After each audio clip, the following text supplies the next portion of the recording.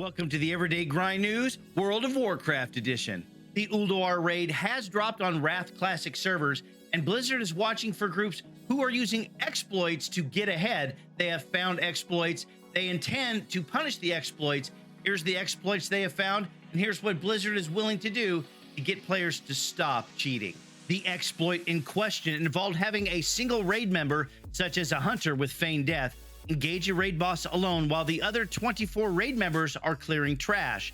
The solo member would then drop combat after a certain amount of time to reset the raid cooldowns of the other 24 members of the raid. And I made sure to highlight this next part. It's a lot bigger. Additionally, we also consider methods that bypass or go outside of terrain to skip large portions of the raid to be an exploit as well. Blizzard states, "We are watching this raid closely and will take action against raid groups found to be using methods like these, including potentially issuing suspensions and stripping Realm First Death's Demise titles if needed." Realm First achievements have already been awarded as Algalon the Observer has already been defeated. Congratulations to Beef Bar as the first guild to down Algalon the Observer on January 19th. We're going to start this off with something massively super juicy. Blizzard Entertainment has announced that they wanted to extend NetEase's contract for the next 6 months while they look for a better business solution. NetEase, of course, is the Chinese publisher for World of Warcraft. NetEase has taken offense to this. NetEase will not be taking the contract, which puts the World of Warcraft Chinese market in Nowheresville. NetEase has blasted Blizzard Entertainment online with several criticisms, but nothing so harsh as this. This 20-second video shows NetEase tearing down and destroying their orc statue in a live stream with 30,000 viewers, all the while drinking green tea, which symbolizes someone who appears wholesome, but is clearly not. The official patch 10.0.5 patch notes have been released. Let's check out all of those features. A new feature is making its way to World of Warcraft on February 1st, the Trading Post. Complete monthly activities to earn currency toward decking out your characters in cosmetic transmogs, pets, and mounts, with new items and activities introduced every month. And there's so much more about the Trading Post. Let's go to part 2. To obtain these unique cosmetic items, you will need to acquire a new account-wide currency called Trader's Tender. This can be earned in 2 ways.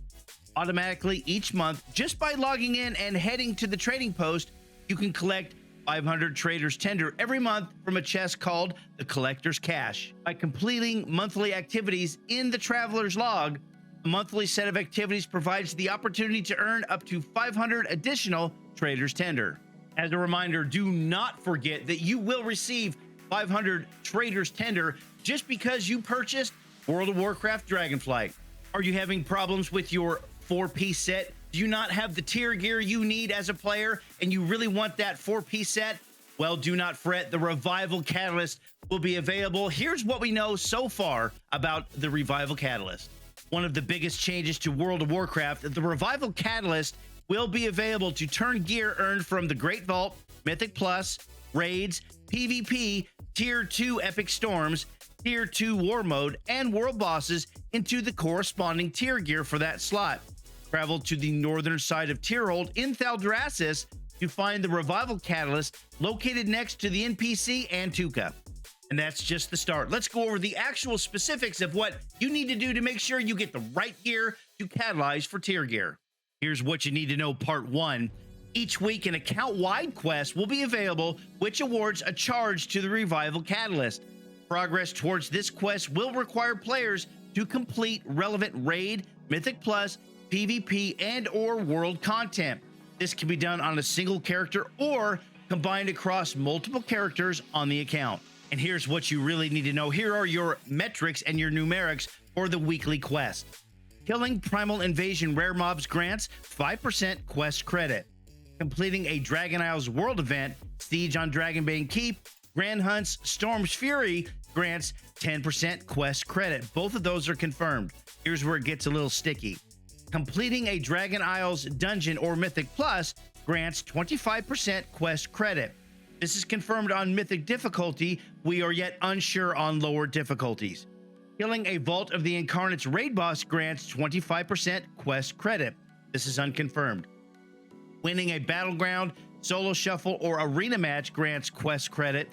This is confirmed by Brian Holinka on Twitter. The quest percentage unknown at the moment, but presumably 10% per win. For those of you who were sad when the Mage Tower went away and you weren't able to get those Mage Tower goodies, the Mage Tower is coming back. The Mage Tower has returned. Interested adventurers can speak to War Counselor Victoria at Deliverance Point in the Broken Shore to test their skills in one of 7 unique challenges.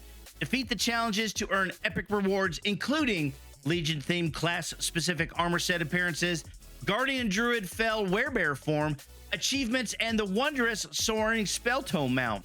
The Mage Tower is recommended for level 70 adventurers. Don't forget that the Mage Tower is a part of patch 10.0.5 coming really soon. If you like Transmog, have you been wanting to transmog white items? Well, I've got some big news for you. In patch 10.0.5, white items hits the game, and who isn't excited about that? I've been waiting for this. I am so excited. Common white and poor gray quality equipment can now be used for transmogrification. These items will now become bind on equip. And that's not all. Enchant illusions can now be applied on artifact weapons. And finally, in patch 10.0.5, there's a new Primal Storm event called Storm's Fury. This new event, the Storm's Fury, will take place every 5 hours in the Primalist future, located by taking the Temporal Conflux portal in Thaldraszus.